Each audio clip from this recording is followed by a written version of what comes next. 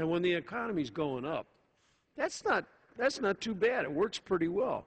And in fact, the difference between right now and what was going on in 93, 94, as you remember when Mrs. Clinton tried to do this, everybody says, what's the difference between then and now? Then things were going up.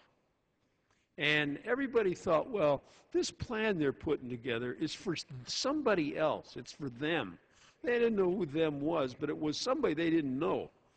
Excuse me, Doctor. Would gentlemen yield for a moment? We have a message from the Senate.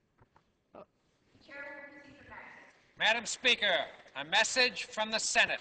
Madam Speaker, Madam Secretary, I have been directed by the Senate to inform the House the Senate has agreed to the conference report accompanying H.R. 2997, making appropriations for agriculture, rural development, food and drug administration, and related agencies programs for the fiscal year ending September 30, 2010, and for other purposes.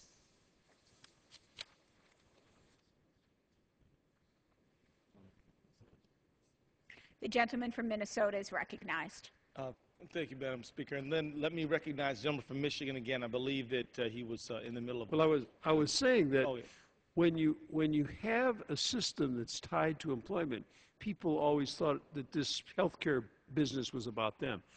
The difference today is, as you point out, middle-class people who yesterday felt they were just about as secure as they could be. They had a job, they had health care, their kids were in college, blah, blah, blah, and bingo, they lose their job. We had a bank go down in Seattle. Washington Mutual Bank went down. 4,300 people, that's 4,300 families, found themselves instantly without a paycheck, without health care, and in many cases, all their pension money was in an IRA of the company stock, so they suddenly had no pension. So they had no security whatsoever, no house, no health care, no food, no anything, and it's impossible for that not to be stressful to people, and people then have stress-related diseases. There are plenty of stress-related diseases. We know them.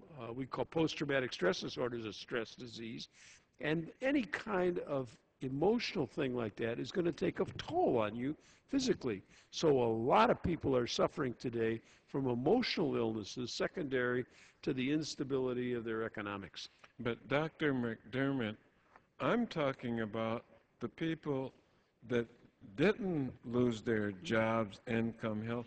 I'm talking about the folks that are working, but they know about that, and they're thinking, they can't help but think, that could happen to me. And you start worrying, you start another, I don't know what you call this, but you start another stress situation that from that, there's nothing happening to them. But it's happening to people around them, and it happens like these people that I saw in this shelter in Detroit, where if we weren't in a shelter, they would be people I would expect to see at Starbucks. And well, if the gentleman would yield, can I just point out that I have a chart here that I think does show shed some light on the situation. Because a lot of the dialogue we've been having, quite frankly, is focused on the uninsured. But let's take a moment to talk about the insured. The folks who actually have insurance, the people who have anxiety about what could happen to them if they lose it, if they get sick. Because, you know, if you get sick, that's when they don't want you on their insurance anymore, right? Cumulative change in single and family health insurance premiums. That's what you pay, what comes out of your check every 2 weeks or every month. And federal poverty level. We've been seeing the level of poverty has been rising, but look at this dramatic increase in the family premium. This family premium has jumped up from 1996 130%. This is real money coming out of the paychecks of real families all the time. And people who say we don't need reform and are trying to scare people with fake death panels and fake school sex clinics and all this kind of stuff. The fact is that this is what the average family